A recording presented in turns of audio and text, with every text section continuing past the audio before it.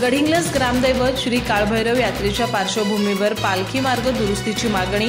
मनसे जिल्हाध्यक्ष नागेश चौगले यांच्या नेतृत्वाखाली तहसीलदारांना देण्यात आलं निवेदन।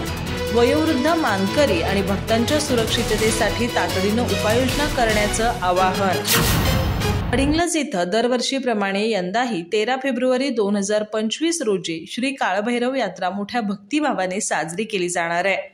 या पार्श्वभूमीवर गडिंग्लज ते श्री काळभैरव डोंगर बड्याची वाडी या पालखी मार्गाची दुरावस्था लक्षात घेता हा मार्ग तातडीने दुरुस्त करण्याची मागणी मनसे जिल्हाध्यक्ष नागेश चौगले यांनी गडिंग्लज तहसीलदारांकडे केली आहे।